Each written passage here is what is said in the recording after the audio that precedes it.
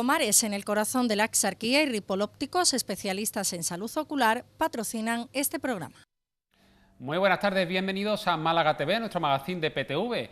Estamos, por supuesto, pendientes de esa declaración o no de Puigdemont, de esa declaración de independencia de manera unilateral tras el referéndum ilegal. Vamos a ver qué ocurre. No sabemos ahora mismo absolutamente nada de si se va a producir o no esa declaración, pero aquí, por supuesto, en nuestro magazín de PTV tenemos otros contenidos, yo creo que también interesantes, para que nos acompañéis durante los próximos 90 minutos en directo. Y en este primer tramo del programa queremos hablar de impuestos de sucesiones, de plusvalía. Son impuestos que a veces se confunden. Se han realizado además distintas campañas desde varios partidos políticos, tanto Ciudadanos, Partido Popular, PSOE, en torno a estos impuestos, y para ello esta semana queremos hablar con Daniel Pérez, el portavoz del Grupo Municipal Socialista en el Ayuntamiento de Málaga. Daniel, buenas tardes. Buenas tardes, Diego. Bienvenido al programa. La semana pasada explicabais ante los medios de comunicación, ante la ciudadanía malagueña, vuestra campaña para exigir al Partido Popular, al Gobierno del Partido Popular en Málaga, la retirada o la ampliación de las bonificaciones en el tema de las plusvalías. Lo primero me gustaría que nos explicara a la audiencia del programa qué diferencia hay entre el impuesto de sucesiones y las plusvalías. Sí, pues muchas gracias por esta oportunidad. El impuesto de sucesiones es un impuesto que se paga a nivel autonómico, es realmente un impuesto estatal que está cedido en su gestión a las comunidades autónomas. En Andalucía, prácticamente, antes de la última modificación, el pago de sucesiones se hacía por 250.000 euros por heredero, y la vivienda habitual estaba exento de tributar. Con la última modificación, la que se ha quedado ya vigente, con el acuerdo entre el Partido Socialista y Ciudadanos, la Junta de Andalucía eleva el tope hasta 1 millón de euros por heredero y excluyendo la vivienda habitual. Prácticamente con esta modificación el impuesto de sucesiones lo van a pagar solo los herederos de la Casa de Alba, es decir, los grandes ricos de este país. Los que por heredero reciban más de 1 millón de euros. Más de 1 millón de euros, excluyendo la vivienda habitual. La vivienda habitual de los fallecidos. De los fallecidos. Perfecto. Entonces, porque es un impuesto que se paga por la herencia que se recibe. En este caso, ha habido una campaña por parte del Partido Popular que se llamaba Que no te cuenten cuentos, y lo que ha demostrado, y el Partido Socialista con la campaña que hemos puesto en marcha, queremos demostrar cómo el Partido Popular, Juanma Moreno Bonilla, Elías Bendodo y Paco de la Torre pedían firmas, salían a la calle a pedir firmas en Calle Lario, engañando a los malagueños cuando verdaderamente lo que pagaban era el impuesto de plusvalía. Precisamente, Daniel, tenemos imágenes de esa campaña a la que tú haces mención del Partido Popular, que llevaba por nombre Hereda 100. Son imágenes en las que vemos a líderes del Partido Popular como Moreno Bonilla pues recogiendo firmas, entregando firmas en las distintas delegaciones del gobierno andaluz, en nuestra comunidad. ¿Vosotros cómo calificáis? Ya has apuntado de engaño a la ciudadanía. Sin duda, Diego, hace un engaño a la ciudadanía porque con esta campaña del Partido Popular, Que no te cuenten cuentos, lo que verdaderamente se ha demostrado es que quienes estaban engañando, mintiendo a los malagueños y a las malagueñas, era el Partido Popular, con un tributo que era el impuesto de sucesiones, que prácticamente yo no conozco a nadie que lo haya pagado. Y sin embargo el Partido Popular ha salido a la calle mintiendo a los malagueños, intentando confundir el impuesto de sucesiones con las plusvalías municipales, y que ahora mismo el Partido Popular quiere que se elimine, y yo estoy en contra de que se elimine el impuesto de sucesiones, y el Partido Socialista está en contra de que se elimine, y quiere intentar que se elimine el impuesto de sucesiones, pero no habla de lo que verdaderamente le afecta y grava las herencias de los familiares cuando fallecen, que es las plusvalías municipales. Aclarar, porque acaba de comentar el portavoz socialista que él personalmente y su equipo y su partido están en contra de que se elimine el impuesto de sucesiones, entiendo, en los casos en los que se hereda más de 1 millón de euros. Claro. El Partido Popular lo que aboga es por eliminar radicalmente, eliminarlo. En todos los casos, el impuesto de sucesiones. Vale. Los impuestos son justos, pero para que sean justos tienen que ser progresivos, es decir, el que más tiene que pagar. Y en este caso el impuesto de sucesiones, como ha quedado, que prácticamente solo lo van a pagar los herederos de la Casa de Alba, los grandes ricos, yo no estoy de acuerdo que se quite, porque las personas que tienen un poder adquisitivo más alto se benefician del aeropuerto, de las líneas de tren, de las grandes carreteras que tenemos. Al final utilizan más lo que son las infraestructuras que al final se pagan con impuestos. Nosotros entendemos que los impuestos son justos, pero debe ser progresivo. Y nosotros con la plusvalía lo que queremos es eliminar el requisito de 2 años de convivencia antes y 2 años de pervivencia después del fallecimiento del familiar, de la persona que fallece, para tener bonificaciones de hasta el 95% y que situaciones como las que hemos conocido, que se han asociado ahora en plataformas como la de Rosario Carrión, María Rubio, Yolanda Ochando, que son personas, 3 mujeres que han tenido la oportunidad de hablar en el pleno del ayuntamiento para explicar sus situaciones que eran dramas humanos, de cómo han tenido que pedir préstamos por valor de 8.000 euros a cargo de la pensión de su padre, porque se encontraban cobrando 426 euros y el ayuntamiento ha sido insensible. Nos queda, por tanto, claro que el impuesto de sucesiones lo gestionan las comunidades autónomas y que aquí en Andalucía, fruto de ese acuerdo entre Ciudadanos y Partido Socialista, se elimina en los casos en los que se herede menos de hasta 1 millón de euros. Hasta 1 millón de euros. 1 millón de euros. Y en el caso de herencia entre de padres a hijos. Padre e hijo, herederos directos. Herederos directos. Nietos creo que también. Sí. Creo que también nietos. Bueno, pues vamos a escuchar precisamente al portavoz del grupo parlamentario de Ciudadanos en Andalucía, Juan Marín, que resume básicamente en qué ha consistido este acuerdo entre Ciudadanos y Partido Socialista en Andalucía para eliminar en estos casos el impuesto de sucesiones. Hoy decimos adiós al impuesto de sucesiones en Andalucía. Y lo decimos para el 98% de los andaluces, que ya no tendrán que preocuparse por este problema que tenían y que además, en muchos casos, como nosotros hemos venido defendiendo, se convertía en una verdadera injusticia social para las familias y las personas que lo sufrían. El dejarle a tus hijos, a tus herederos, el esfuerzo y el trabajo de toda una vida no tenía que suponer encima tener que vender, hipotecar o sencillamente renunciar a una herencia del trabajo, del beneficio que tus padres en su día consiguieron construir. Yo creo que es un día importante. Hoy se ha llevado a cabo la mayor reforma fiscal que ha tenido la comunidad autónoma andaluza después de 36 años de democracia. Y se ha hecho gracias al trabajo, al sacrificio y sobre todo a la coherencia y a las propuestas de un grupo parlamentario que ha sido capaz de trasladar al Gobierno de la Junta de Andalucía que había que acabar de una vez por todas con esta situación. Y los andaluces desde hoy son más felices, estoy totalmente convencido. Apostamos en el futuro por seguir creando empleo, mejorando los servicios básicos, pero sobre todo haciendo justicia social, como se ha conseguido hoy, eliminando el impuesto de sucesiones y donaciones en Andalucía. Explicación de Juan Marín en torno a ese acuerdo entre PSOE y Ciudadanos para eliminar el impuesto de sucesiones en los casos de herencia directa y de menos de 1 millón de euros. Pero sí, no sé, yo como periodista y como ciudadano me da la sensación, Daniel, que aquí bueno, pues el trabajo que se está haciendo desde los distintos partidos políticos es vamos a intentar pues disminuir la carga impositiva al ciudadano, pero también a ver quién se coloca la medalla. Y si el impuesto de sucesiones nos estás comentando que no era lo más gravoso para el contribuyente en relación a las plusvalías, que sí que son importes de mayor cuantía, aquí, por ejemplo, Ciudadanos, que oye, se agradece el acuerdo establecido con el Partido Socialista en Andalucía, pero de momento en plusvalía, ¿qué ocurrió en el pleno del Ayuntamiento de Málaga, en el último pleno? Sí, lo que ha explicado Juan Marín tenía que haberlo especificado de que no es que se haya eliminado, se ha elevado hasta 1 millón de euros y sí se va a seguir pagando impuestos de sucesiones por aquellas personas que tengan un poder adquisitivo y den más de 1 millón de euros a cada heredero.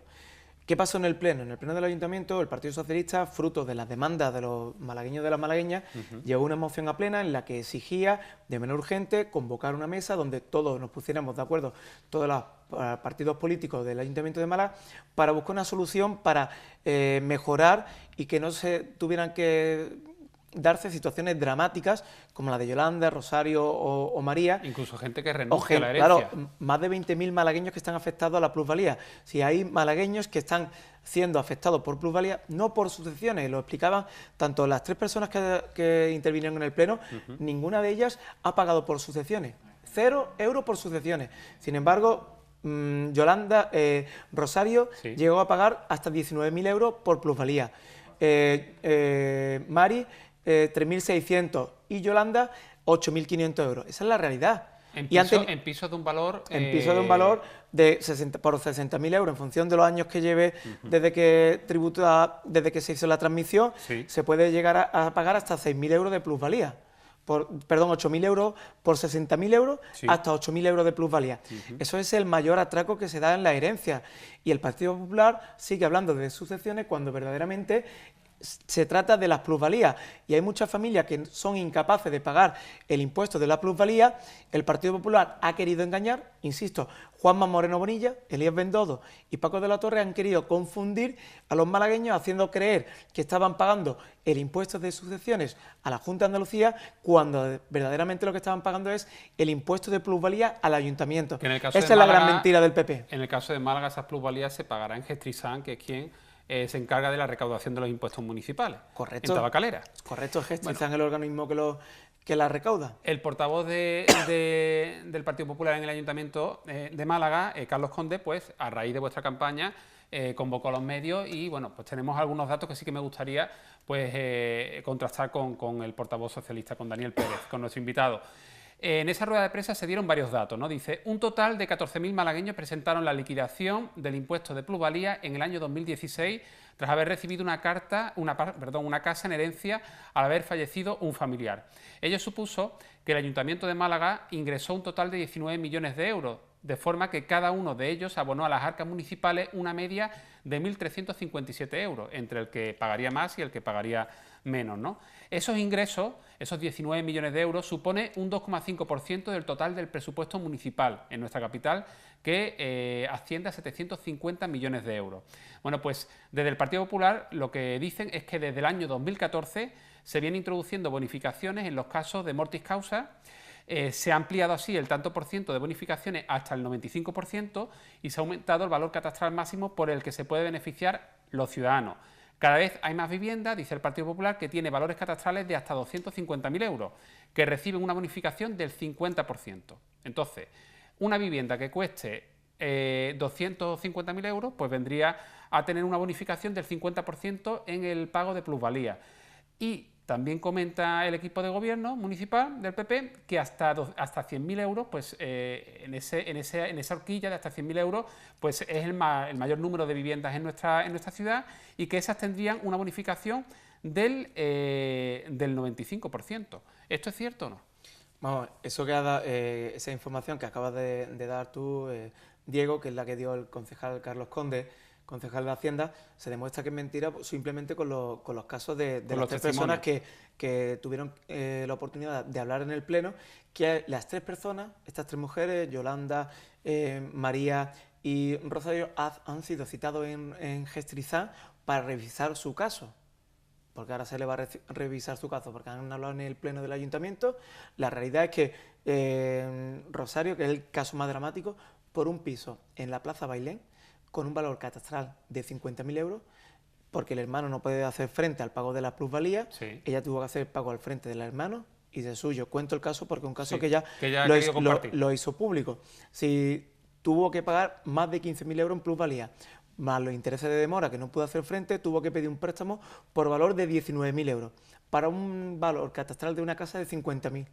Sí, esta es la realidad de lo que están pagando los malagueños. Carlos Conde, cuando ha hecho la media, habrá personas que tengan que pagar 300 euros de plusvalía, pero habrá otros que están pagando 8, 10, o en el caso de Rosario, de Rosa Carrión, de pagar hasta 19.000 euros con los intereses de demora.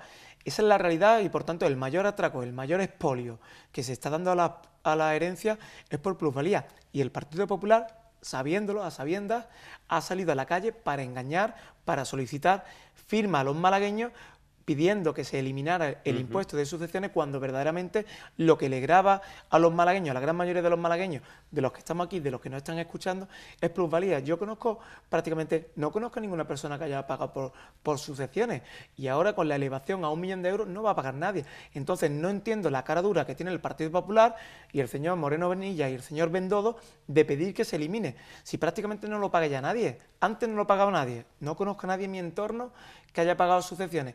Pero ahora, elevándolo a 1 millón de euros, no lo va a pagar nadie, ni siquiera el 2%, como dice Ciudadanos. Y quieren que lo elimine y, sin embargo, se niegan a abrir una mesa de diálogo para buscar soluciones, sobre todo justas, porque nosotros entendemos que los impuestos son justos, pero tienen que ser progresivos. Y elevar el valor catastral para las bonificaciones hasta 250.000 euros de valor catastral es una barbaridad, porque estamos hablando de que familias no pueden hacer frente a las plusvalías por valor catastral de 50.000 euros y, sin embargo, Carlos Conde quiere bonificar viviendas que tengan hasta un valor catastral de 250.000 euros. Eso hay que hacerlo progresivo y tiene que ser en función también de los niveles de renta que no se están teniendo en cuenta por parte del Partido Popular, porque, como decía María Rubio, yo cuando tengo que hacer frente al pago de las plusvalías me encuentro que estoy en paro, que estoy recibiendo 426 euros y para hacer un pago de un préstamo con cargo a la pensión de mi padre por el fallecimiento de mi madre, tengo que pedir un préstamo durante 2 años de 110 euros al mes. Esa es la realidad. Eso es lo que le están sufriendo los malagueños. Y, sin embargo, el Partido Popular y Ciudadanos aquí en Málaga se han unido, han bloqueado la posibilidad de negociarlo porque no le afecta en estos casos o no entienden que el mayor expolio y el mayor atraco que se da en el ámbito de lo que es la herencia, las transmisiones por herencia, se da con plusvalía.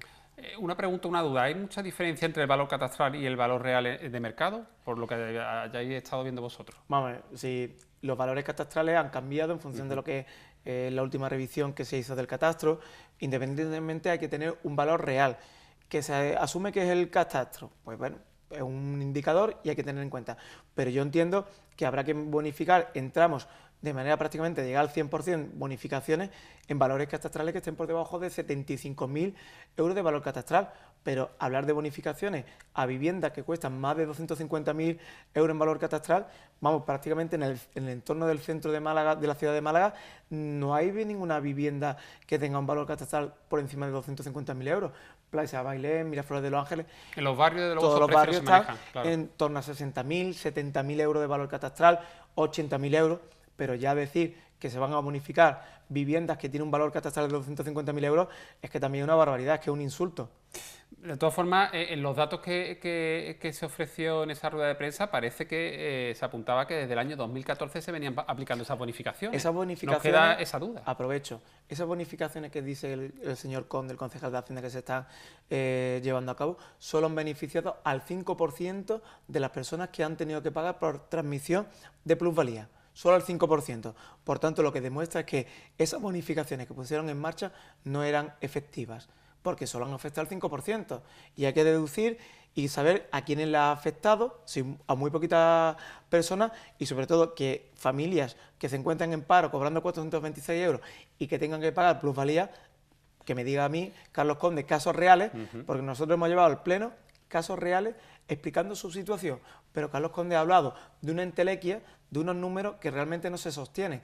Esa no es la realidad del pago de plusvalía. La realidad del pago de plusvalía, aun siendo dramático, es el caso de Rosa Carrión, de María Rubia o de Yolanda Ochando, que han contado sus casos como muchos más, porque a raíz de esta campaña que hemos iniciado, en mi Facebook, las personas me escriben por privado para contarme sus casos dramáticos, de drama, y que el Partido Popular los niegue y que siga hablando de sucesiones cuando realmente es un drama el pago por plusvalía cuando fallece un familiar. Esa es la realidad y queríamos desmontar la mentira del Partido Popular. Daniel, el alcalde de Málaga ha opinado en torno a este tema diciendo que él, que ante todo, pues prefiere esperar la opinión de la Federación Española de Municipios porque, como las plusvalías son precisamente plusvalías municipales y cada ayuntamiento las recauda, que debe ser una decisión como, vamos a decir, que la Federación Española de Municipios que oriente a los ayuntamientos. ¿De manera independiente cada ayuntamiento podría adoptar una medida concreta? Sí, te explico. La ley de régimen de haciendas locales establece en el artículo 58.2 que el impuesto de plusvalía es un impuesto potestativo, es decir, que el ayuntamiento tiene la potestad de modificarlo. El gravamen máximo está en el 30% y el ayuntamiento de Málaga lo tiene en el 29%, prácticamente los puntos más altos. Sí. Entonces, el ayuntamiento puede decidir cómo ponerlo, cómo quitarlo, cómo bajarlo, cómo bonificarlo. Por tanto, que se está buscando que haya un acuerdo común en la Federación Española de Municipios y Provincias, de acuerdo, pero que el Ayuntamiento de Málaga pueda iniciarlo. Ya lo ha iniciado ayuntamientos como el de Benahojá, prácticamente bonificándolo al 95% todos los valores catastrales por debajo de 50.000 euros, cosa que el Ayuntamiento de Málaga no está haciendo. Sí, hay ejemplos de qué se puede hacer, qué es lo que hace falta, tener voluntad, y creo que en este caso el Partido Popular no tiene esa voluntad, y además es que ha engañado a los malagueños con su campaña de sucesiones. Ha contado un cuento. Yo creo que todos los ciudadanos, la inmensa mayoría de los ciudadanos, sean simpatizantes del PP, no simpatizantes del PP o del PSOE, de cualquier partido, entendemos que este impuesto, el de plusvalía, lo mismo que el de impuesto de sucesión, aunque por plusvalía se pague mucho más, es un auténtico robo al ciudadano, porque nuestros padres, por el caso de herencia más común es de padre a hijo, nuestros padres ya en su momento pagaron esos impuestos por esas viviendas y esas viviendas siguen tributando cada año su correspondiente IBI, el impuesto de bienes inmuebles. Yo entiendo que si tú heredas una casa y luego la alquilas, bueno, pues ese alquiler lógicamente tiene que haber un contrato y rendir unos impuestos por ese dinero que estás percibiendo en ese alquiler. O si vendes la casa y ese dinero lo metes en un plazo fijo, pues tendrás que tributar por los intereses que te den ese plazo fijo. Pero pagar intereses por una casa, o sea, impuestos por una casa que ya paga en su momento impuestos, a mí me parece un auténtico robo, lo haga el ayuntamiento que lo haga, un ayuntamiento gobernado por el Partido Socialista, por el PP o por Ciudadanos. Es un auténtico robo. Claro, en este caso por eso nosotros decimos que los impuestos son justos, pero deben ser progresivos. Es decir, porque al final la persona que se encuentra en Miraflores de los Ángeles y no coge el AVE, no coge el aeropuerto, dice, bueno, yo con mi impuesto estoy pagando todo eso, pero ¿quién se está beneficiando? Porque tiene una gran empresa que está viendo cómo puede desplazarse a través del aeropuerto, a través del tren, que sus camiones pueden pasar por la red de carretera, y al final, si quien más tiene, también tiene que contribuir más. Esta es la realidad. Por tanto, por eso decimos que los impuestos son justos, pero si se aplican de manera progresiva. El que más tiene y se beneficia más tiene que pagar. Esa es la realidad. Por tanto, no se pueden eliminar todos los impuestos, porque al final la educación, la sanidad, todos los servicios públicos se mantienen con nuestros impuestos, pero que sean progresivos. Es decir, que el que más tiene y se beneficia más. Es decir, yo no quiero bonificaciones a valores catastrales de 250.000 euros, porque prácticamente no le afecta a ningún malagueño de clase media. Yo entiendo que valores catastrales por debajo de 75.000 euros sí tendrían que estar bonificados. Esa es la propuesta del Partido Socialista, y teniendo en cuenta siempre los valores de renta. Es decir, si tú tienes una renta del 1,7 del IPREN, un valor estimativo, si te tendrías que beneficiar de una forma, pero si tú tienes un valor de que tú coges y puedes tener al año de unos ingresos de 60.000 euros, pues no es lo mismo que una persona que está cobrando los 426 euros al mes. Claro. Pues Daniel Pérez, muchas gracias por visitar nuestro programa, por hablar de impuestos de sucesiones y de plusvalía, y a seguir trabajando por Málaga. Muchas gracias, Diego. Seguiremos con esta campaña explicándole a los malagueños las mentiras del Partido Popular y en qué consiste el pago de plusvalía. Muchas gracias, hasta pronto. Nosotros ahora nos vamos a publicidad y enseguida regresamos con nuestra compañera Mariola Aguilar, que todos vosotros, la audiencia de este programa, pues conoce como psicóloga, pero también ella es historiadora del arte y precisamente esta semana estrena nueva sección, nuevo espacio en el programa. Va a estrenar una sección que se va a llamar El pintor y su obra, y vamos a aprender mucho con ella cada semana aquí en Málaga TV. Enseguida volvemos. Comares, disfruta de nuestros paisajes y naturaleza, de nuestras impresionantes vistas de la comarca de la Axarquía y la Costa del Sol, de nuestra gastronomía en restaurantes y bares del pueblo, de nuestra iglesia. Comares nos ofrece numerosas actividades en pleno paraje natural. Disfruta de una escapada perfecta. Comares, Balcón de la Axarquía, ven y asómate. En la Sierra de las Nieves, El Burgo, cuna del último bandolero andaluz Pasos Largos, celebra desde este viernes hasta este domingo la 6ª edición de la recreación histórica Pasión Bandolera, fiesta de singularidad turística. Disfruta este fin de semana con los antiguos oficios, los juegos tradicionales, las tabernas que ofrecen tapas de antaño, vinos de la zona y cante flamenco. Este año con la representación de la historia de Agustina, una mujer valiente que lidera su partida de bandoleros. Pasión Bandolera del Burgo, ¿viajas con nosotros al siglo XIX? ¿Problemas de visión? ¿Preocupado por la salud visual de los tuyos? Ripoll Ópticos es tu óptica de confianza. Contamos con un equipo de profesionales que garantiza el mejor cuidado para ti y para tu familia. No lo dudes, ponte en buenas manos. Estamos en calle Ayala 92 y ahora también en Avenida de la Paloma 43. Pórtico de Velázquez, en Málaga capital, es un lugar mágico para los eventos más importantes de tu vida. Restaurante, cafetería, celebraciones con capacidad para 500 personas. Pórtico de Velázquez, especialistas en organización de pequeños y grandes acontecimientos. Profesionalidad y experiencia, nuestra máxima garantía.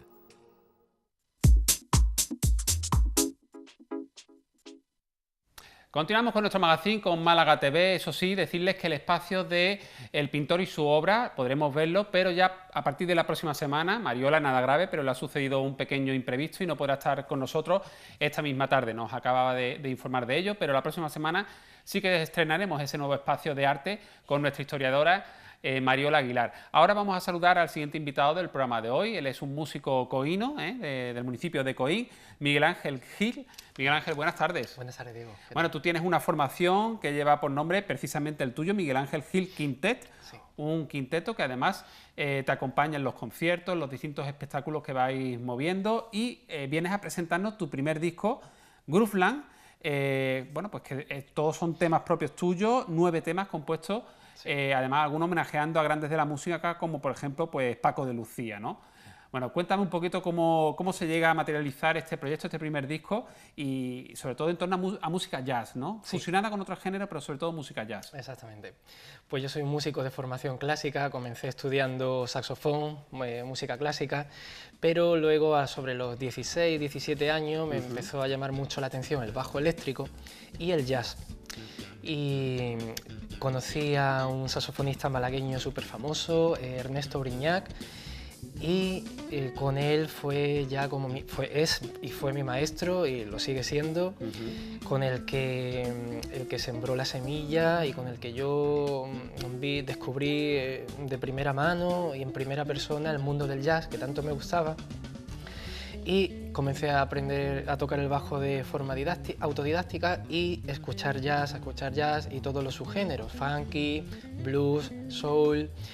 Entonces, después de estudiar muchísimo, después de tocar muchísimo, de tocar con otros grupos, de grabar, pues llegó el momento de forma natural de componer estos temas. Compuse mucho más, pero estos 9 temas son los temazos a los que le di forma y quería contar, por supuesto, con una formación base de jazz, como es con Ernesto, con el propio Ernesto, con Arturo Serra, el vibrafonista, Juan Galiardo, pianista y teclista, Dani Domínguez, batería, y con Nacho Lorin, que es un trompetista también de Málaga. Grooveland, como tú bien dices, lo componen 9 temas, 9 piezas que has compuesto tú, y además es fruto del trabajo de casi un año, sí, ¿verdad? Entre composición y luego grabarlo en estudio, que por cierto tenemos por ahí imágenes también en las que te vemos grabando esos temas en un estudio. Estas son las imágenes a las que hacemos referencia, donde se ha grabado el disco, cuéntame. Sí, este es el estudio Puerto Records, que lo lleva Manolo Toro, está en Puerto de la Torre. Es un excelente grupo donde han grabado estrellas internacionales como Jorge Pardo y siguen grabando.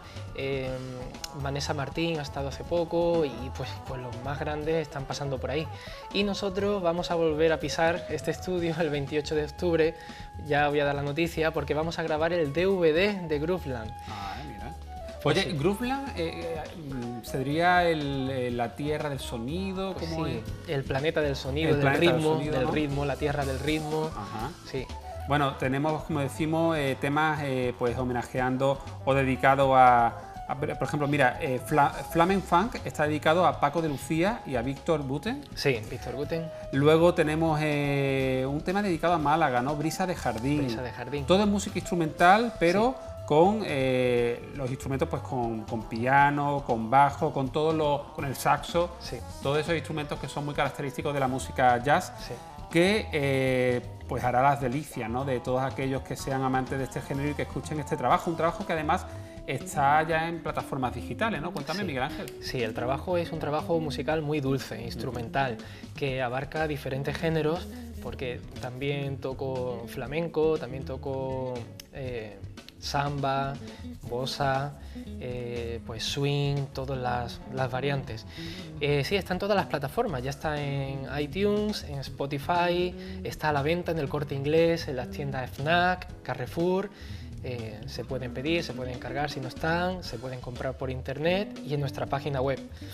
¿Qué es? Es un poco difícil de deletrear, pero es miguelagil.colpgroup.com.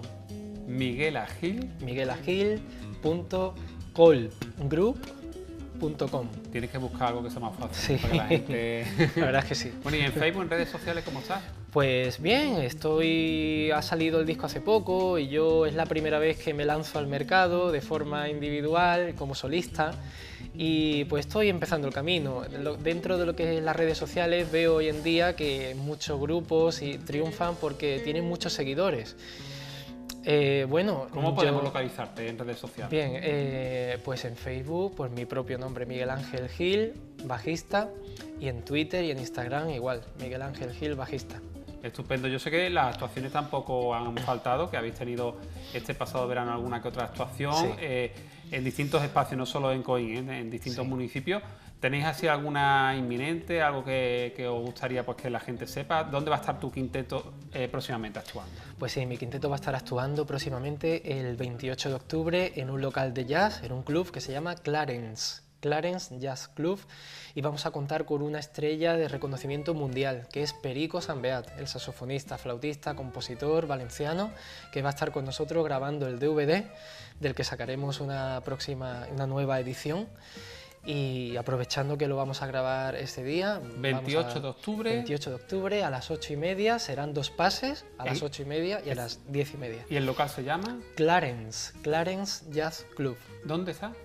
Detrás de la catedral, no recuerdo exactamente. En el centro de Málaga, en el centro, histórico. detrás Muy de la bien. catedral. Sí. Bueno, además, mira, los amantes del jazz y que quieran además asistir a la grabación de un disco en directo, Sí. pues tienen que ir. Exactamente, lo grabaremos en el estudio de Puerto Record y estaremos estrenándolo en directo en el Clarence. Muy bien. Pues Miguel Ángel, muchas gracias por visitarnos, A enhorabuena ustedes, por este Diego. trabajo. Muchas Groovland, gracias a ustedes. Y quedas emplazado para que otro día pues nos toques algo así en directo. ¿vale? Genial, fantástico. Muchas gracias a ustedes. Hasta pronto. Muchas gracias. Nosotros ahora vamos a irnos con nuestro siguiente espacio de la tarde, Enigmas e Historias Asombrosas. Hoy nuestro amigo Iván Castro nos habla de un rondeño, falleció en Córdoba, pero era rondeño, ¿eh?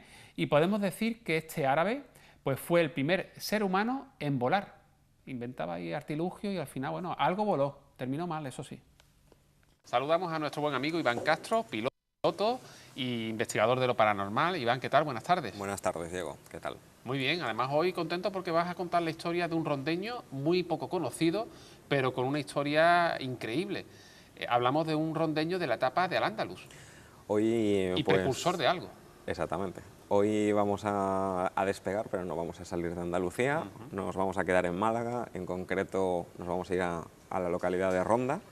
Y la verdad es que muy poca gente, me ha sorprendido, porque muy poca gente en Málaga conoce la historia de este rondeño, eso sí, de un poco de la época de la España musulmana, ¿no? Pero desde luego que tiene que ver pues, un rondeño de la España musulmana con la aviación, o a ver qué vamos a contar, pues tiene mucho que ver. Mucha gente piensa, ya lo hemos dicho en más temas de otros temas que hemos tocado, ¿no? Pero mucha gente piensa que fueron los hermanos Wright realmente los que consiguieron volar por primera vez y que nadie lo consiguió antes. Los hermanos Wright despegaron en 1903 en Kitty Hawk, en los Estados Unidos, un 17 de diciembre con ese avión que lo bautizaron como el Flyer 1. Y lo cierto es que hasta ese momento nadie había conseguido un vuelo prolongado y controlado, que es lo que hicieron los hermanos Wright.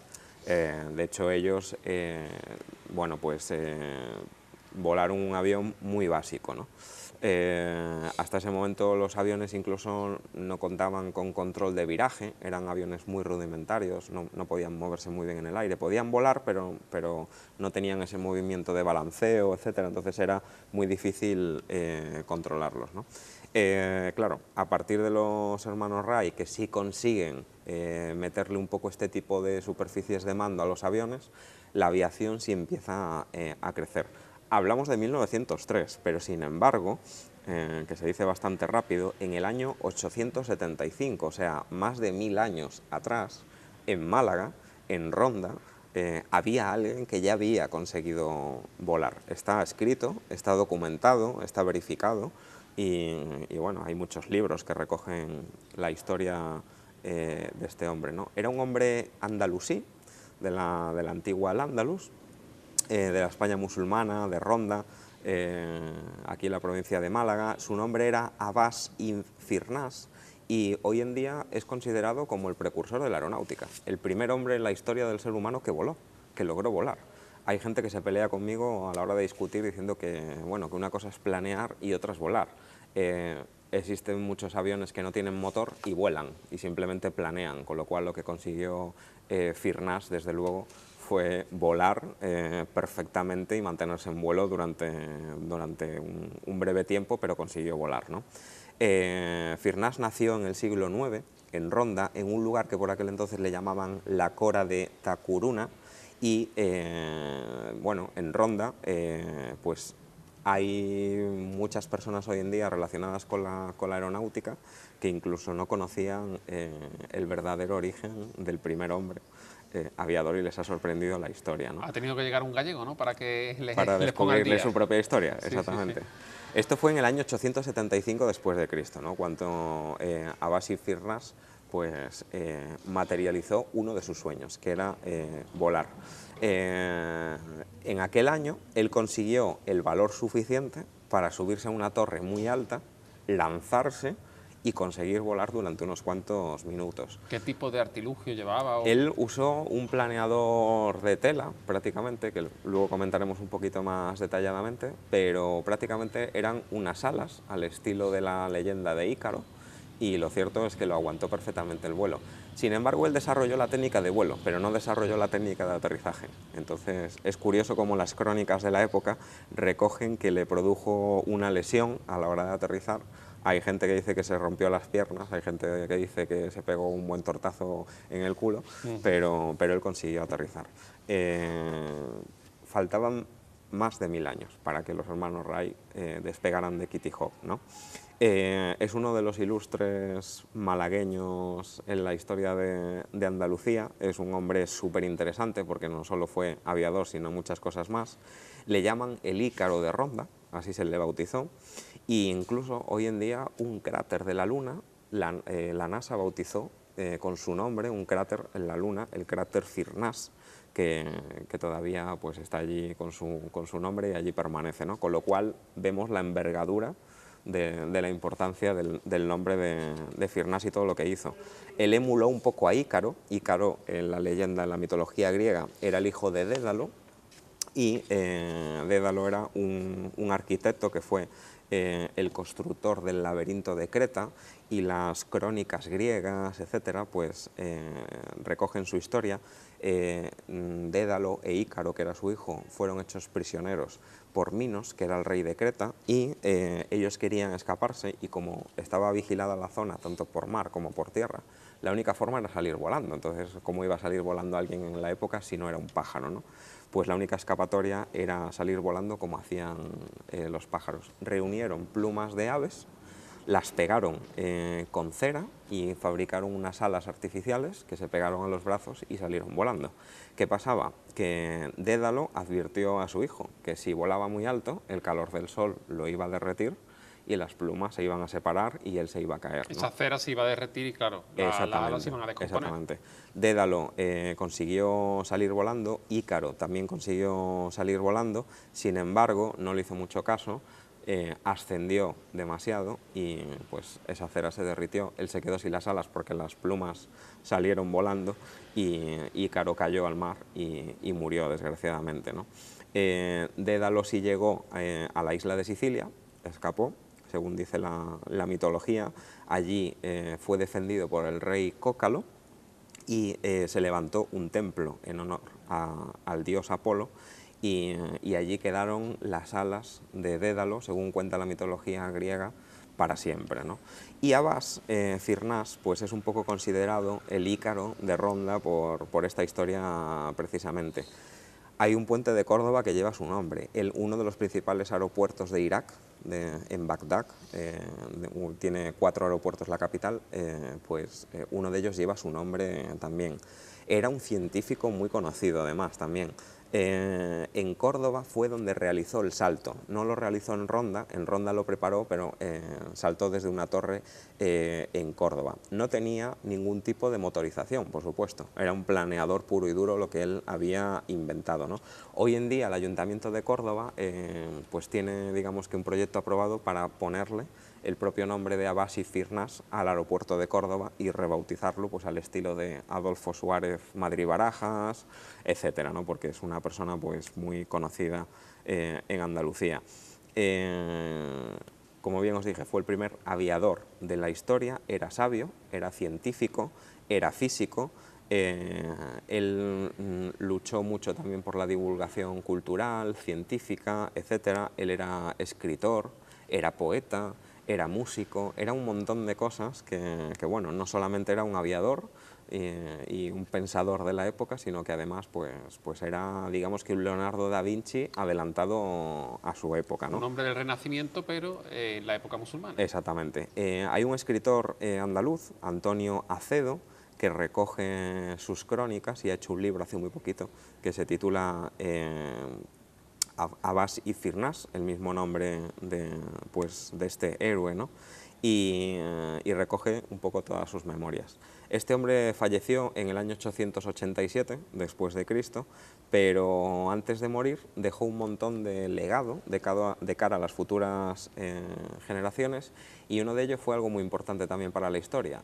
Fue uno de los primeros que consiguió tallar los cristales de roca, cómo trabajar los minerales, etcétera, y eso fue un paso muy importante de cara a la joyería actual.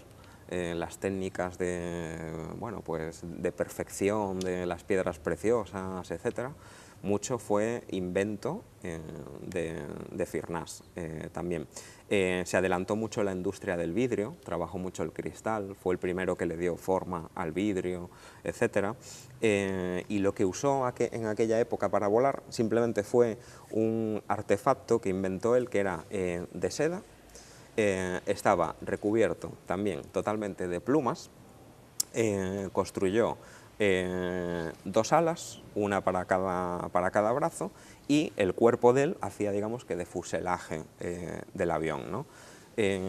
Cuando todo lo montó, se fue a la torre, a la Rufaza de Córdoba, que era esa torre alta desde donde se lanzó, y allí consiguió volar y planear. Dicen las crónicas que durante varios minutos, ¿no?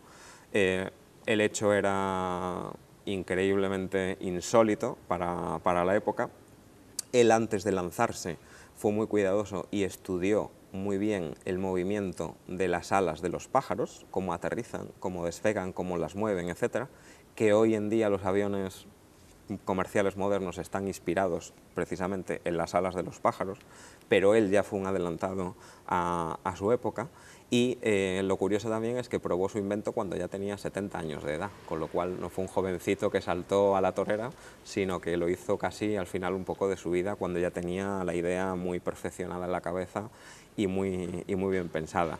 Incluso fue el primer constructor de un planetario como lo que conocemos hoy, esa representación de los planetas, etcétera. Lo construyó para la gente de su zona en su propia casa, y así es como comenzó la gente pues a conocer un poco el sistema planetario también. Se dice que Leonardo da Vinci fue el que copió esos modelos que Firnas construyó, con el que da Vinci a lo largo de los años luego construyó un poco esas máquinas voladoras que dejó diseñadas, etcétera. Pero se cree que sí los pudo copiar de él, porque pues era la única referencia aeronáutica antes de da Vinci que existía, ¿no? Y la verdad es que, bueno, él se lo recomiendo a todos. El libro se titula Abbas y Firnas, el sabio de Al-Ándalus, se publicó en el 2015, es de Antonio Acedo del Olmo, y pues eso, dejó un montón de legado tanto aeronáutico como de industria a la hora de perfeccionar el cristal, los minerales, etcétera. Dejó un montón de cosas para la posteridad que nos hicieron o que nos hacen hoy en día la vida pues muchísimo más fácil. Bueno, pues una vida de luego muy, pero que muy interesante la de este hombre, Abbas ibn Firnas. Muchas gracias por contarnos todo lo referente, ¿no?, a este auténtico héroe, podemos decir también, desde luego, y un adelantado de su tiempo. Un adelantado de la época, sin duda alguna. Muchas gracias, Iván, hasta la semana que viene. Hasta la semana que viene. Regresamos a nuestro plató de Málaga TV y vamos a saludar a unos docentes, unos profesores malagueños que están ahora mismo nominados a los premios Educa Abanca 2017. Unos premios de bastante prestigio en el ramo de la educación. Ellos además vienen de distintas ramas, de distintos centros educativos y también de distintos niveles educativos, porque por ejemplo tenemos aquí a Laura Vela, que trabaja con los más pequeñitos, ¿no?, en infantil. Sí, yo trabajo en el Centro de Educación Infantil Sagrada Familia, en el barrio de Ciudad Jardín, Y bueno, nuestro centro es un centro de primer ciclo de educación infantil y los alumnos son desde 4 meses, que es la edad mínima que hay para entrar en un centro, hasta los 3 añitos. Un trabajo, de luego, bien bonito, porque además los primeros niveles de la educación, y yo creo que es un trabajo, la verdad, precioso el que hacéis allí en ese centro, que además tuve la suerte de conocer el año pasado. Es verdad, sí. Tenemos por ahí hay unas imágenes que luego ya veremos, en este centro de la Sagrada Familia del año pasado, cuando hicieron una jornada de educación vial con los más pequeños para ya un poquito inculcarles pues el respetar las normas de tráfico, cuando hay que cruzar, cuando no, en fin. Luego también, junto a Laura, tenemos a Alejandro Burgos, también es docente, es profesor, también está nominado a estos premios Educa Abanca 2017. Cuéntame, ¿en qué centro trabajas y en qué nivel? Pues yo trabajo en primaria en el Clara Campoamor de Alborín de la Torre. Muy bien. Y bueno, soy especialista de música y también tengo una tutoría de primaria y llevo la coordinación TIC, un poco multiuso, pero mi especialidad es la educación musical. Muy bien. Tenemos por este otro lado de nuestro plató a Rafael Nadales. Rafael, bienvenido. Bienvenido a vosotros. Cuéntame, ¿en qué colegio, en qué centro estás? Pues estoy en la Escuela Rural Entre Ríos, que pertenece al CLAE Guadalhorce, dentro de la Fundación Victoria, que son colegios privados concertados, sí, que dependemos del obispado. Y tengo mi clase es toda de primaria, pero hay grupos mixtos, están todos mezclados, de primero a sexto. Y entonces pues trabajamos por proyectos. Entonces la mayoría de veces por proyectos. ¿Por qué? Porque es difícil explicarle a primero, segundo, tercero, cuarto, quinto y sexto el mismo tema. Que hago un proyecto, unifico temas y con eso explico para todos. Y luego los de primero la han escuchado primero, segundo, tercero, cuarto, con lo cual cuando el alumno sale del colegio, pues ha repetido el mismo tema muchas veces y eso lo sabe bastante bien. Y Patricia Santo, buenas tardes. Buenas tardes. Ella trabaja en formación profesional, ¿no? Sí, yo soy profesora de formación y orientación laboral, es una especialidad que es transversal en todos los ciclos de formación profesional, en la formación profesional básica, y estoy en la Universidad Laboral, el Instituto número 1 de Universidad Laboral, aquí en Málaga.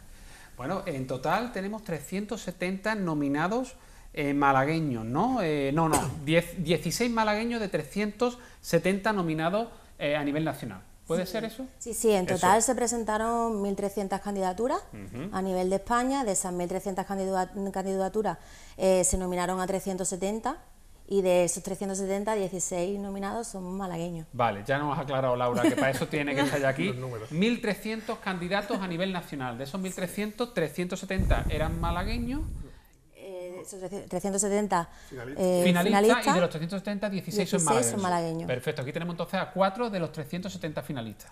4 de los 16 finalistas. De los 16 finalistas, porque el lío de cifras, vale. 16 malagueños, 16 malagueños, pero también dentro de los 370. Porque... Claro, perfecto. De los 370 es toda España. Pero vamos, no tengo que volver ya a matemáticas, ¿no?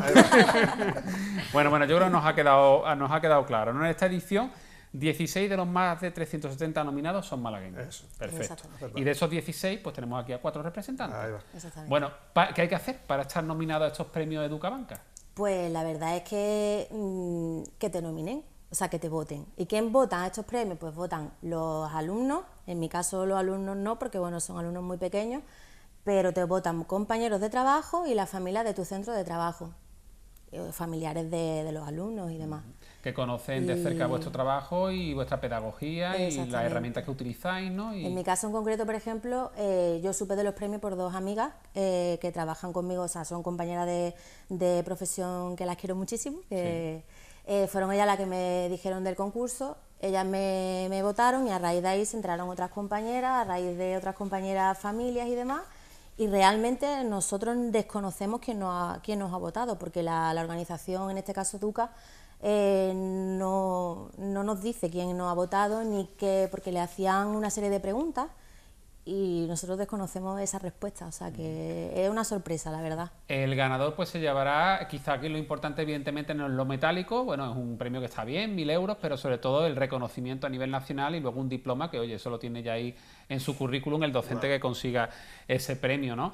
A mí me gustaría que brevemente cada uno nos expliquéis vuestra pedagogía, ¿no? ¿Qué es lo que consideráis que en vuestro día a día en clase con vuestros alumnos pues desarrolláis de manera que bien vuestros compañeros del centro o bien los padres han valorado positivamente o los propios alumnos?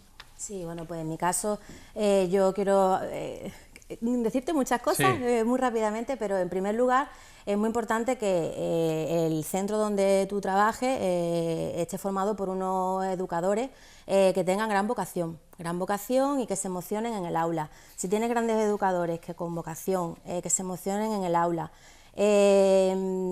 formes un buen equipo con las familias, porque es fundamental para trabajar con niños que están pequeñitos, que haya una unión con la familia. Y formar buen equipo con las trabajadoras, buen equipo con la familia, eso da lugar a un buen ambiente en el centro, y de ahí, pues en nuestro centro en concreto, destacar la creatividad, porque nosotros ofrecemos a nuestros alumnos actividades muy originales en las que nuestros alumnos vivan, sientan pues bueno, toda la cantidad de estímulos y de sensaciones nuevas que les vamos proporcionando.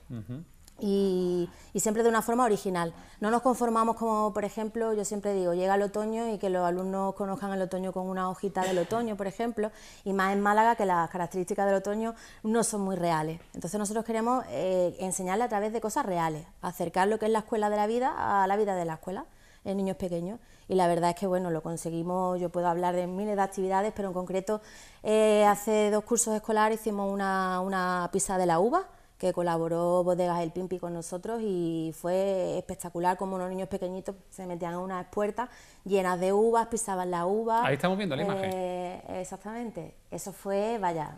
¿El Festival de Cine Español también de Málaga también se ha vivido en vuestra escuela? Sí, lo hemos hecho durante varios cursos escolares, y eso también es otro espectáculo, porque bueno, nosotros le pedíamos a los padres un corto de una duración máxima de 1 minuto, en el que el niño era el protagonista, con temática libre, y luego había un jurado formado por familias del centro que elegían bueno, pues los finalistas, ¿no? Y nosotros hemos hecho una gala final con alfombra roja, que incluso Maribel Romero, cuando era concejala de Ciudad Jardín, ella pues vino a la entrega de esos premios, y entregamos nuestras vinagas de oro, y los niños venían vestidos con sus trajes de gala. Fue un espectáculo, la verdad. Y de eso se trata, que bueno, siempre veo que es una educación muy cercana, como tú bien dices, al día a día de la ciudad donde viven esos niños, en este caso en Málaga, pero también muy amena, ¿no? Con mucho... los niños, de luego, no se aburren, ¿no? Ni nosotras. Ni vosotras, ni ¿no? nosotras, desde luego. Aprenden pero disfrutando, ¿no? Aprenden jugando también. Exactamente, porque bueno, son niños muy pequeñitos, y es complicado tú entrar en un aula de niños de 2 años, por ejemplo, 2, 3 años, y que te presten atención, porque bueno, ellos ahora mismo todo es jugar y explorar el mundo, y conseguir su atención es complicado, y que se concentren es complicado. ¿Y cómo lo consigues? Pues ofreciendo actividades atrayentes. ¿Y cómo lo haces? Pues con actividades originales, que innoven, y creo que lo conseguimos todos los cursos escolares, la verdad. Alejandro, explícame tu proyecto. Bueno, nosotros en el cole, una de las líneas que tenemos de trabajo es con la educación artística, de manera especial pues con el teatro, que lleva una compañera, un grupo de teatro con alumnos, y pues desde mi área, desde el área de música, pues llevar un poco al centro la música. Lo que es el área de educación musical pues tiene una sesión de 45 minutos, que es prácticamente algo simbólico. Entonces lo que intentamos es que haya otras actividades que rodeen la vida del centro, ¿no? Entonces pues todos los años hacemos una semana de la música, donde los padres vienen al centro y tocan instrumentos, van a las clases, explican pues, su instrumento. Tenemos un padre que tiene un grupo de rock y viene y toca. Luego organizamos algunos talleres. Luego tenemos un coro, ahí están saliendo imágenes del coro. Participamos en un proyecto que se llama Cantania, que es a nivel de Andalucía, en el que durante un año montamos un musical y luego lo representamos. En principio se hace en Cádiz o en Sevilla, y este año se quiere abrir en Málaga una sede. Estamos intentando promocionarlo. Esas imágenes son del musical que hicimos en el cole, y este año cantamos, este año anterior, en el Falla de Cádiz. Qué bien. Luego intentamos, pues tenemos grupos de flauta dulce, la denostada flauta dulce. Pues nosotros intento darle un toque diferente. Hacemos jazz, hacemos salsa, hacemos rock, hacemos cosas un poco diferentes, que les llegue realmente a los niños y aprendan música a través de ese tipo de actividades. Esa escena, por ejemplo, son de un musical, que el año pasado participamos en la Escuela Superior de Arte Dramático, en el musical El Muro, nos invitaron, hicimos el Another Break in the Wall. Estuvieron aquí los alumnos del Muro, de Arte Dramático, promocionando ese Pues nosotros pudimos participar cantando luego tenemos un canal de televisión, yo estoy aquí encantado, pues porque me veis con la cámara, en fin. Tenías una cadena de televisión y todo. Tenemos un canal muy humilde, bueno, un canal de radio. Rafael, tu proyecto, Rafael Nadal. Pues, estoy en la Escuela Rural Entre Ríos, como he dicho Entre Ríos, antes. en Guadalhorce. Eso, y bueno, el lema de nuestra fundación, mi historia, es Educando en Familia, y intento llevar eso de forma práctica. Entonces, ¿qué es lo que intento? Que el alumno aprenda y se divierta. Si el alumno se divierte, el colegio es un sitio agradable para ir. Entonces, intento que los alumnos que faltan son porque realmente están malos y no hay asentismo escolar, el alumno está en un sitio genial porque está rodeado de campo, disfruta mucho del medio, trabajan, por ejemplo, la educación en el medio. Ciencias naturales se trabaja fuera del aula, porque yo tengo ahí un espacio, pues un pasaje de interior, la importancia de conservarlo, porque ellos viven en un medio rural donde la conservación del medio es vital, porque es que sus casas están allí, o sea, si hay un incendio, se quema su casa. Entonces, al del medio urbano le parece un poco más lejano, pero al que está allí lo vive todos los días, es muy importante ese medio. Entonces, el objetivo es que aprendan, que se lo pasen bien, que todas esas actividades, pues que ven que el profesor también se implica en todo eso, que las familias participan también, que no es las familias están fuera de la puerta y dentro están los niños, ¿no?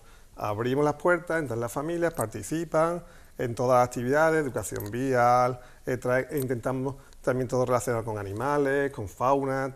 Al fin y al cabo lo que quiero es que el colegio se lo pasen tan bien que digan, oye, que el domingo, venga, que el lunes vamos al cole. Mira, pues eso fomentando el tema de que los alumnos vayan con entusiasmo a clase y que no haya sentismo importante, desde luego el logro que consigue. Patricia, ¿tu proyecto en qué consiste? A ver. Pues yo trabajo con mucho más mayores, de hecho tengo una variedad en cuanto a edad, una horquilla muy grande. Tengo alumnos desde 16, 17 años que salen de la ESO quizás porque no han terminado, muy contentos o están un poco desanimados y encuentra a lo mejor quizá un poco de motivación en algunos casos, ¿no? La mayoría que viene.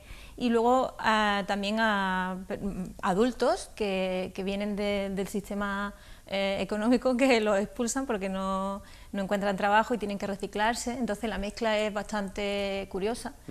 Y bueno, lo que yo me encontré hace unos años fue pues, que eran clases muy teóricas y que la gente no daba respuesta a las necesidades reales de esas circunstancias, de ese contexto. Entonces pensé que había que cambiar y trabajar más la parte de emociones, trabajar más las competencias, desarrollar competencias y ser más atractivo a la hora de utilizar una metodología más atractiva para el alumnado. Entonces me metí en metodología activa y desarrollamos proyectos que van en base a desafíos y a retos.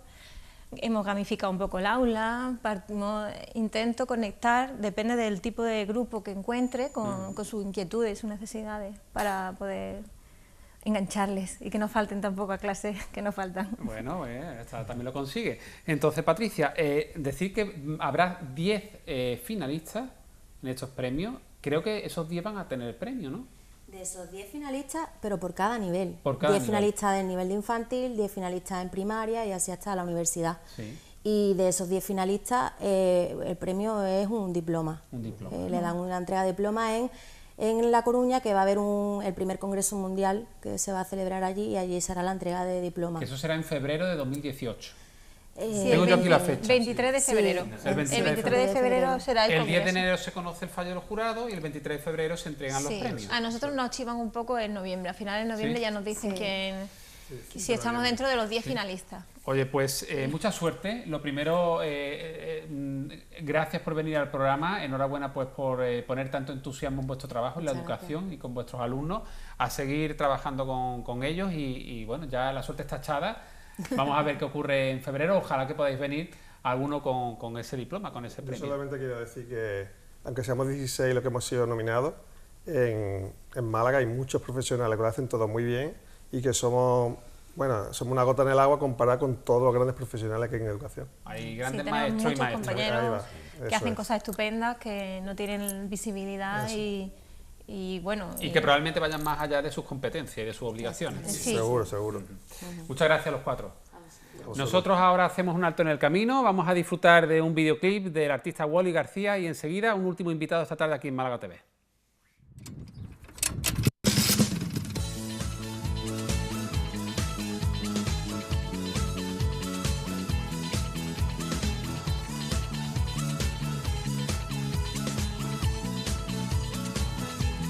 Dime por qué estás buscando caminos equivocados. Dime por qué no ríes como ayer. ¿Qué te ocurrió en medio del camino? Donde la ilusión, la esperanza y tu sueño se te olvidó. Dime por qué estás llorando siempre. Dime por qué tienes todo del revés. No es así, tu vida no se acaba, porque la ilusión, la esperanza y tu sueño renacerá. Solo tienes que creer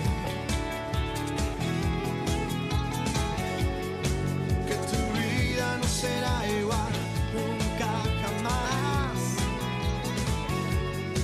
Ahora ponte de pie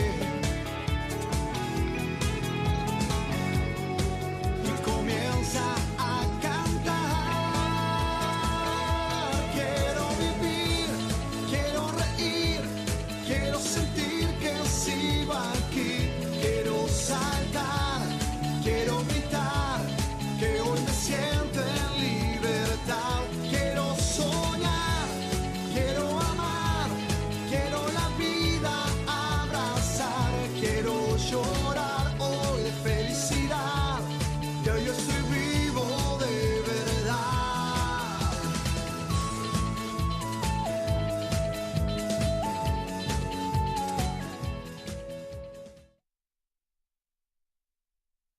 Enciéndete para mí es el trabajo que nos viene a presentar este escritor de Vitoria, pero afincado aquí en la provincia de Málaga, en Fuengirola, José Antonio Moreno.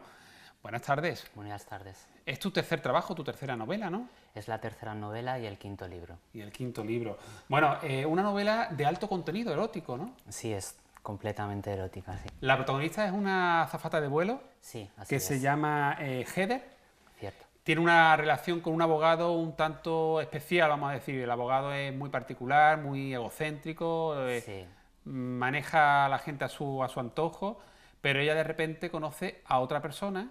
Sí, ¿Y qué ocurre con esa persona? Se separa del abogado y un día que sale de fiesta con una amiga que también es azafata y muy alocada, pues conoce a un hombre y le hace una proposición, le dice que se encienda para él y ahí pues ella tiene que decidir qué hace, pero finalmente pues sucumbe.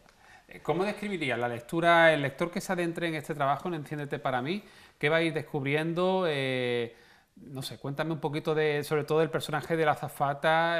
¿Tiene elementos también de misterio la novela o sobre todo es de alto contenido erótico? Tiene una trama detrás que es la del protagonista principal, que es Ryan, y es un hombre que se dedica a la noche y vende su cuerpo a cambio de placer, pero claro, se encuentra con Heather y empieza a surgir un poquito el amor ahí detrás, ¿no? Y entonces se van ahí mezclando las dudas de qué hago, qué no hago, entonces va surgiendo todo eso. Ahí tenemos la portada de este trabajo. Es un libro, entiendo que apto para un público a partir de una edad, ¿no? Sí, es para adultos. Para adultos, ¿no? Sí.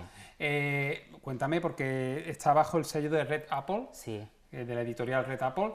El que ha leído ya el libro, ¿qué te ha comentado? Porque los escritores hoy en día tenéis la facilidad de que a través de las redes sociales os llegan muchas opiniones, incluso preguntas de los lectores. ¿Qué te dicen la gente que ha leído ya este trabajo? Que quieren una segunda parte. Bueno, esa es buena señal, ¿eh? Esa es buena señal, Antonio. Me están pidiendo ya una segunda parte hace tiempo. Y ahí estoy trabajando en ella un poquito. ¿Es de estos libros que te pones a leer y que no puedes parar? Sí, todo el mundo me dice ¿Engancha? lo mismo, que engancha. Además es muy dialogado y las propias tramas, los personajes las van desarrollando con sus conversaciones y todo el mundo, ya te digo, no ha habido nadie hasta el momento que no me haya dicho que quiere que continúe un poco más la historia. ¿Los personajes son fácilmente, podemos empatizar con ellos o son personajes que tienen sus claroscuros? ¿Por cuánto son personajes nítidos? Cuéntame. Ryan sí que tiene un poquito de una zona oscura ahí. Ryan es el chico que se dedica al mundo de la noche, que vende su cuerpo. Pero luego Heather es una chica que es muy fácilmente manipulable.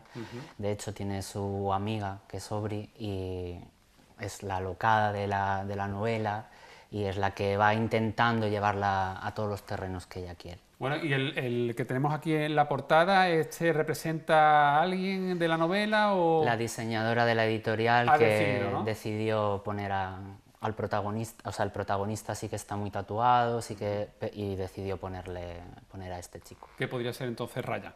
Es Ryan. Ella leyó la novela y decidió que ese era el Ryan que quería ponerle. Ryan es el típico, vamos a decir, malote, como si... Porque sabes que en esto de las mujeres a veces pues uno escucha y dice, es que siempre nos gustan los malos de... Es el típico...